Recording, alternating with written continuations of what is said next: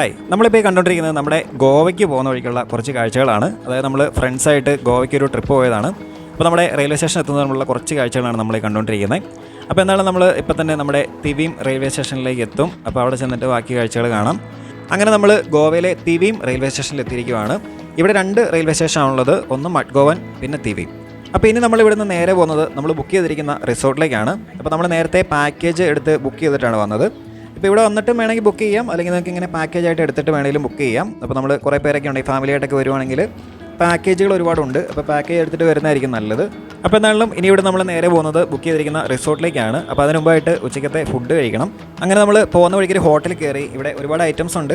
ബിരിയാണി ഉണ്ട്, അതുപോലെ താലി മീൽസ് ഉണ്ട്, ഫിഷ് താലി മീൽസ്, ചിക്കൻ താലി മീൽസ്, അതുപോലെ പൊറോട്ട, ചപ്പാത്തി, അങ്ങനെ കുറേ ഐറ്റംസ് ഉണ്ട്. അപ്പോൾ നമ്മൾ കുറച്ച് പേര് ബിരിയാണി, അതുപോലെ കുറച്ച് പേര് താലി മീൽസുമാണ് കഴിച്ചത്. എന്നാലും ഇവിടുത്തെ ഫുഡിന് നല്ല റേറ്റാണ് കേട്ടോ. ഇവിടെ മദ്യത്തിന് മാത്രമാണ് വിലക്കുറവുള്ളൂ, ഫുഡിന് അത്യാവശ്യം റേറ്റ് ഉണ്ട്, ബാക്കി എല്ലാ കാര്യങ്ങൾക്കും റേറ്റ് ഉണ്ട്.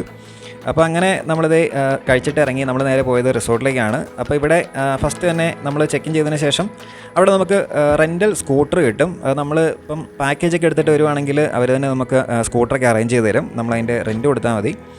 പിന്നെ പെട്രോൾ അടിക്കണം. അങ്ങനെ നമ്മൾ അവിടെ നിന്ന് നേരെ പോയത് ഗോവയിലുള്ള കാലൻകോട്ട് ബീച്ച് എന്ന് പറഞ്ഞൊരു ബീച്ചിലേക്കാണ്. അത്യാവശ്യം വലിയൊരു ബീച്ചാണ്. അതുപോലെ തന്നെ ഓഫ് സീസൺ ആണെങ്കിൽ പോലും ഇവിടെ അത്യാവശ്യം നല്ല തിരക്കുണ്ടായിരുന്നു, അത്യാവശ്യം ആൾക്കാരൊക്കെ ഉണ്ടായിരുന്നു.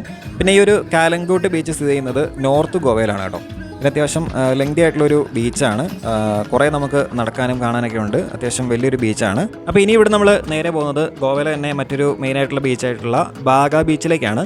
അപ്പോൾ ബാഗ ബീച്ചിലേക്ക് നമ്മൾ നടന്നാണ് പോകുന്നത് കേട്ടോ. അതായത് നമ്മുടെ റിസോർട്ടിൻ്റെ അവിടെ നിന്ന് നടക്കാനുള്ള ദൂരമുള്ളൂ. അപ്പോൾ അതുകൊണ്ട് ഇവിടുത്തെ സ്ട്രീറ്റിൻ്റെ കാഴ്ചകളൊക്കെ കണ്ടിട്ട് പോകുമെന്ന് വെച്ച് അങ്ങനെ നടന്നു പോയതാണ്. അപ്പോൾ എന്നാലും നമ്മളിതേ ബാഗ ബീച്ച് എത്താറായിട്ടുണ്ട്.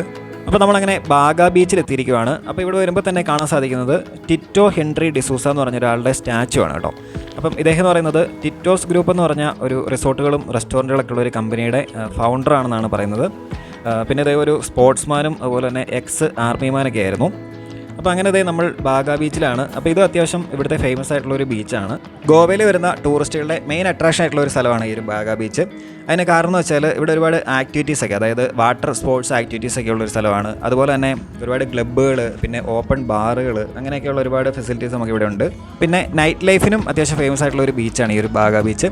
അപ്പോൾ ഇത്രയുള്ള ഒരു വീഡിയോ. ഇപ്പോൾ ഗോവയിലെ മറ്റ് കാഴ്ചകൾ അടുത്ത വീഡിയോയിൽ കാണിക്കാം. അപ്പോൾ വീഡിയോ ഇഷ്ടപ്പെട്ടു കഴിഞ്ഞാൽ ഒന്ന് ലൈക്ക് ചെയ്യുക. ബൈ.